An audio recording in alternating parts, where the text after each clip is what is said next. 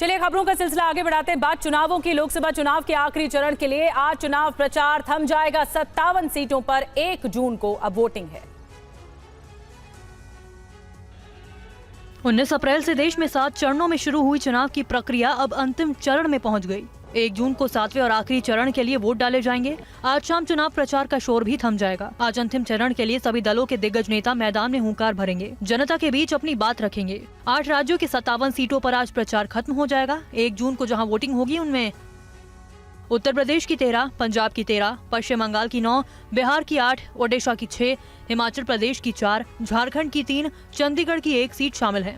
आखिरी चरण के लिए 904 उम्मीदवार मैदान में हैं। सबसे ज्यादा चर्चा प्रधानमंत्री नरेंद्र मोदी की वाराणसी सीट को लेकर है। पीएम मोदी यहां से तीसरी बार चुनाव लड़ रहे हैं। मंडी से बीजेपी की कंगना रनौत और कांग्रेस के विक्रमादित्य सिंह है। गोरखपुर से बीजेपी ने रवि किशन और समाजवादी के काजल निषाद के बीच मुकाबला है। हमीरपुर से बीजेपी के अनुराग ठाकुर और कांग्रेस के सत्यपाल सिंह रायजादा मैदान में हैं। डायमंड हार्बर से टीएमसी के अभिषेक बनर्जी और बीजेपी के अभिजीत दास के बीच मुकाबला है। बीजेपी ने एनडीए के 400 पार का दावा किया। बीजेपी कह रही है कि पीएम मोदी तीसरी बार प्रधानमंत्री बनने जा रहे हैं। और आखिरी चरण की वोटिंग से पहले सभी सियासी दलों के नेता जीत की दावेदारी कर रहे हैं। बीजेपी 400 पार का दावा कर रही है तो समाजवादी पार्टी कह रही है कि बीजेपी को 140 से ज्यादा सीटें नहीं आएंगी। लोकसभा चुनाव आखिरी पड़ाव पर है। आखिरी चरण के लिए सभी सियासी दलों ने पूरी ताकत झोंक दी है। बीजेपी के सभी बड़े नेता वाराणसी महाविजय को सफल बनाने के लिए जुटे हुए हैं। मोदी कैबिनेट के मंत्री से लेकर पार्टी के बड़े नेता डोर टू डोर प्रचार कर रहे हैं। वाराणसी प्रचार के लिए पहुंचे केशव प्रसाद मौर्य ने फिर दावा किया कि यूपी के सभी 80 सीटों पर भगवा लहराएगा और देश भर में 400 से ज्यादा सीटें आएंगी। और हम लोग इस बार उत्तर प्रदेश की 80, देश में 400 पार, 4 जून को फिर एक बार मोदी सरकार। समाजवादी पार्टी प्रमुख अखिलेश यादव ने कहा कि देश की जनता बीजेपी को 183 सीट के लिए तरसा देगी। उन्होंने कहा कि बीजेपी के प्रति लोगों में गुस्सा है। इस बार 140 करोड़ की जनता 140 सीटों के लिए भी इन्हें तरसा देगी।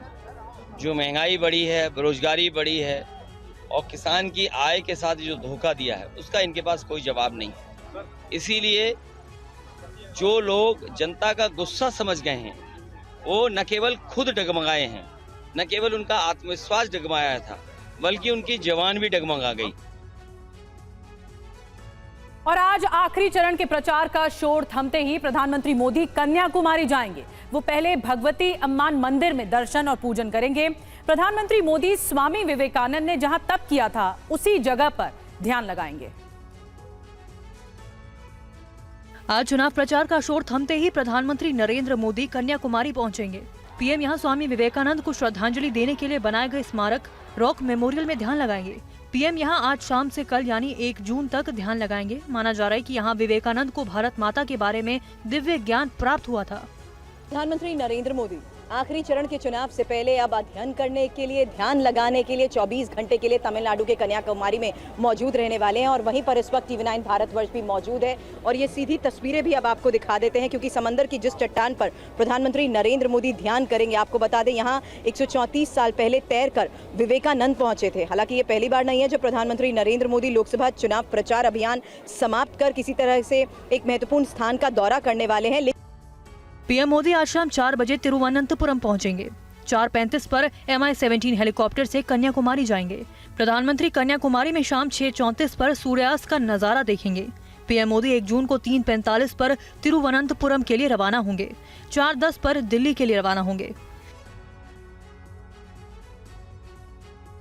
और पीएम ने पिछली बार भी आखिरी चरण के बाद केदारनाथ में ध्यान किया था। इस बार पीएम विवेकानंद मेमोरियल में ध्यान के लिए पहुंचे हैं। ये जो तस्वीरें आप देख रहे हैं, ये देखिए आप 2014 की तस्वीर हम आपको दिखा रहे हैं। और इस बीच कन्याकुमारी इस बार जाएंगे। पहले अगर आपको याद हो, ध्यान हो कि किस तरह से प्रधानमंत्री चुनाव प्रचार खत्म होने के बाद ध्यान करते हैं, योग करते हैं, तो इस बार सारा ध्यान देश का कन्याकुमारी की तरफ है।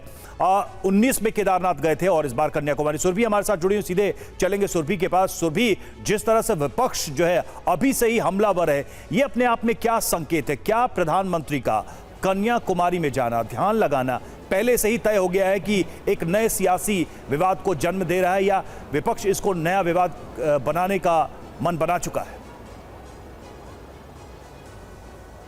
रवि, जिस तरीके से आपने इस बात की शुरुआत की है, आप समझिए 19 अप्रैल को जब पहले चरण का चुनाव तमिलनाडु में हुआ था, उससे पहले ही 10 हफ्तों में 7 बार 2024 में प्रधानमंत्री तमिलनाडु आ चुके हैं। यानी अब चुनाव समापन के दौरान भी उनकी कन्याकुमारी में मौजूदगी भी एक बहुत बड़ा संकेत है। और ये राजनीतिक हलकों में जिस तरीके से चर्चा की जा रही है कि दक्षिण पर जिस तरीके से इतना ज़्यादा फोकस किया है, कॉन्फिडेंट है पूरी तरीके से बीजेपी दक्षिण के नतीजों को लेकर भी, और ये इस बात का भी संकेत है रवि कि किस तरीके से अब वो चुनाव के बाद भी दक्षिण को भूलने वाले नहीं है, तमिलनाडु को भूलने वाले नहीं है। हालांकि दूसरे एस्पेक्ट से अगर हम बात करें तो इसी चरण में, आखिरी चरण में, उन 9 लोकसभा सीटों पर बंगाल में चुनाव हो रहा है जहां पर टीएमसी का कब्जा है, जबकि प्रधानमंत्री की तरफ से यह दावा किया जा चुका है कि इस बार सबसे ज्यादा नतीजे पश्चिम बंगाल के ही चौंकाएंगे। तो कॉन्फिडेंट जिस तरीके से दक्षिण को लेकर, तमिलनाडु को लेकर बीजेपी नजर आ रही है, वहीं बंगाल में आखिरी चरण में उन 9 सीटों पर होने वाले चुनाव के तहत भी,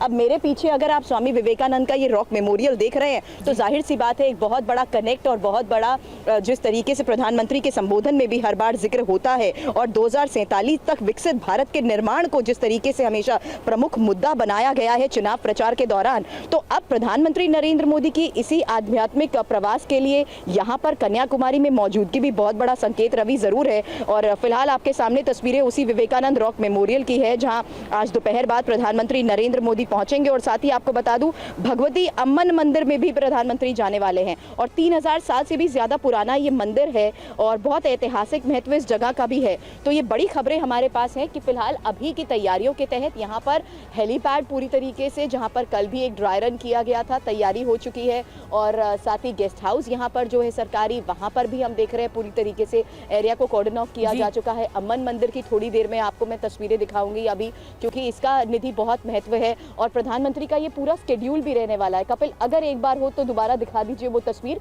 क्योंकि जहाँ से वो जेटी बोट पे सवार होंगे वहाँ पर भी उस पूरे एरिया को कल दोपहर 12 बजे से कॉर्डन ऑफ किया जा चुका है, बैरिकेडिंग की जा चुकी है। और हमने देखा था कि किस तरीके से कोस्ट गार्ड की सिक्योरिटी की तरफ से भी बार बार यहाँ पर निधि बाकायदा एक ड्राई रन किए जा रहे थे कि आखिर वो कौन सा रूट होगा, किस जेटी के जरिए वो यहाँ पर जाएंगे। और दोपहर बाद का वक्त होगा जब 5:30 बजे हम ये तस्वीरें एक बार फिर से TV9 भारतवर्ष के कैमरामैन पे निधि दिखाएंगे। बिल्कुल सुबह आप तस्वीरें दिखा रही हैं, प्रधानमंत्री मोदी के दौरे से जुड़ी तैयारियां हैं, लेकिन ये बहुत खास है और प्रधानमंत्री अपने भाषण में, अपने संबोधन में कहते रहते हैं कि संकल्प से साधना तक।